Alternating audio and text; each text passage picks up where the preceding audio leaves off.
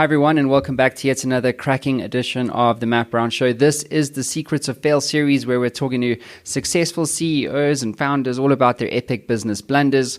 And with us in the hot seat today is none other than the CEO of a great company, Panzura, Panzura.com. And her name is Jill Stelfox, rather. Welcome to the show. Thanks for having me. Jill, why don't you kick us off with the elevator pitch? What are you guys up to over there at Stelfox? Yeah, so we make great hybrid cloud software. What does that even mean? Look, we help companies like hospitals that have x-rays and they want to move those big files from the hospital out to patients or doctors, and they need to collaborate on them. We do the same for large trading room floors across the globe. Large architecture firms, you name it, we do it. Even sports teams need to move large data. And you're a refounder, I believe. I am a refounder. So my background is I have one shtick. I find great companies and turn them around. And so we found Panzura, and we bought the business 3 years ago, lock, stock, and barrel, from venture capitalists. We've raised about $100 million since we bought the business and grown 485% in the last 3 years. So having a ball doing it. Well, congratulations on all your success. I think building a business is one thing, turning it around is an entirely other animal. And so if you can get that right, that means that you know what you're up to, and you're doing a lot of things right. So kudos to you. Thanks. So Jill, let's get on with the meat and potatoes of this episode. What is your epic story of fail for our audience around the world today? Yeah, so you don't always know, I think, how to turn around a business. And so it was 2018, and I had the opportunity to work with a company that had created this amazing product. It did a ton of stuff, but it was really focused in the educational space. And it answered what at the time was a really hard problem, which is in an emergency in the K through 12 environment. And a lot of people think of emergencies as like a school shooting or something like that, but honestly, emergency could be a weather event. And so you need to reach the parents quite quickly, but all the information about your children is in the office and it's not where your children are. And so we created this very complex, very detailed mobile software that integrated into the attendance system, so we know which kids were in which classroom. We had the map of the school. We could do text messages to parents, all of this stuff that was really important. And it was a very narrow market fit, K through 12, and complex. Complex software is not really what works in K through 12 environments in the hands of teachers who have 30 of our children with them or something, right? Like, we had a product that was both over-engineered and very narrowly focused.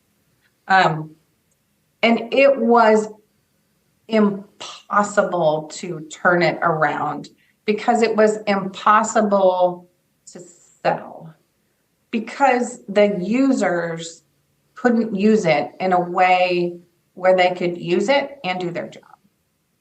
And you would think, by the way, that would be obvious on the face of it. But we got really wrapped into the mission of what we were trying to do, which was keep kids safe at school and keep parents informed and all of those things. But it was a massive failure. So what actually transpired from there, Jill? What lesson did you learn that you now take forward with you? The thing that I loved about it, great product. That I took forward. But it has to be a great product in a large market fit, not a great product in a narrow market fit. That's number one. So something that can work across industries, not just K through 12, but across industries. That's one. Two, how about listen to your customer? Like really listen. They would say, look, we don't have time to do something. We don't have time to look on this. Okay, you don't have time. So we will create more software that will get you the answer faster. Well, they didn't know how to use the software they were given. So giving them more software was not useful, right? And so really, really, really listen to what customers say. And sometimes I think we as technologists love that we can make technology do something, but we should ask us the question of, should we do that though? Or is it better? Is the customer happier with less, or do they need more? And then the last thing is listen to our employees. Look, as the CEO, I had salespeople in the field saying, this isn't working. This is hard to sell. This isn't working. And when I heard hard to sell in those early days of my career, I heard, oh, well, you can't sell. That's a you problem, not a me problem. Yeah. And maybe it was a me problem. I guess it depends if you believe that you're always at cause, because I think you have CEOs which are always at cause, like everything that happens in their business, in their vision, where they turn around the company or not, or pivot from A to B, or stay with it, innovate or not, that all comes from the top, right? And so if you believe as a CEO that you're the visionary and you're always at cause, then you always take responsibility. And I find the most effective CEOs are always at cause, or they believe that they are at cause, even if the leadership team, as an example, make a wrong call strategically, whatever the case is. You launch a product, it doesn't work, you're still at cause. You understand? Even as the CEO, because ultimately the buck stops with you, doesn't it? It does. And that I think has been the big learning lesson in my career, is not only is it the buck stop with me and I'm at cause, as you say, I need to say that out loud. And when I articulate that out loud to my people and my customers, they appreciate it because they're being heard. And I am the one with the vision. That's sort of our responsibility in the middle of the night. But it's also our responsibility to deeply listen and consider what's happening. Absolutely. So, Jill, if you could get into the Matt Brown Show time machine and kind of go back in time, what would you do differently? Knowing what you now know, and hindsight being a perfect science, and why would you do it differently, if at all? Yeah, I think we started with a whiteboard. Gosh, this happens so often. You start with a whiteboard and a problem. How do we keep our children safe at school and know that everything's okay? And then we crafted a solution.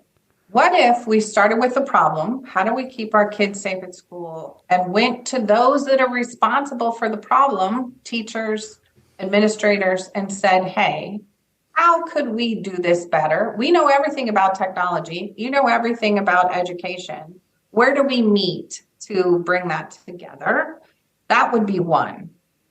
Two is, if you're doing all that work to keep children safe at school, how can you use that same thought process or technology to inform employees when something goes wrong in a company, or there's an emergency there? Or what other emergency situations could you use that technology for instead of that one narrow niche? And so part of it is start with focus groups and customers first. And another is start with a market, like do research on how big the market potential is before you go into it. That's really good advice. That oftentimes people have to talk about, there might be a gap in the market, but is there a market in the gap? You know what I mean? Like you can't scale something if there's not a demand for it. So if you're too, and I think timing plays a big role in that, doesn't it? It's kind of like if you're too early, you don't get the adoption that you seek. If you're too late, there's other competitors, and maybe you don't get, so it's kind of like you really got to get that timing element of it right. And Jill, what's your advice to CEOs and other entrepreneurs out there today in terms of, the importance of failing in business success? I think failure is where all the learning comes from. The harder the fail, the more you learn. So the key is, for me, do it often, because I don't think you're going to be super successful if you don't fail a bunch. So fail as often as you can. Try things that are big and bold as often as you can. And by the way, celebrate the epic ones. Like literally celebrate them. Talk about them out loud to your friends and family, because the more you talk about them, the more the ego goes away from it, and the more the learning comes to the forefront of it. So, and honestly, the real story is all CEOs fail. And the more we talk about it together, the more we can learn together too. It's not a negative. It's actually a huge positive. Yeah, and that's why I do the series, right? Is to kind of like facilitate that conversation. Because I think, every time, we hear another story of fail, it's like, damn, like it's okay, or that must have really sucked. My failure is not as bad as that one. You know what I mean? And so and I think sometimes people will fail and they just get stuck in it and they don't move out of it.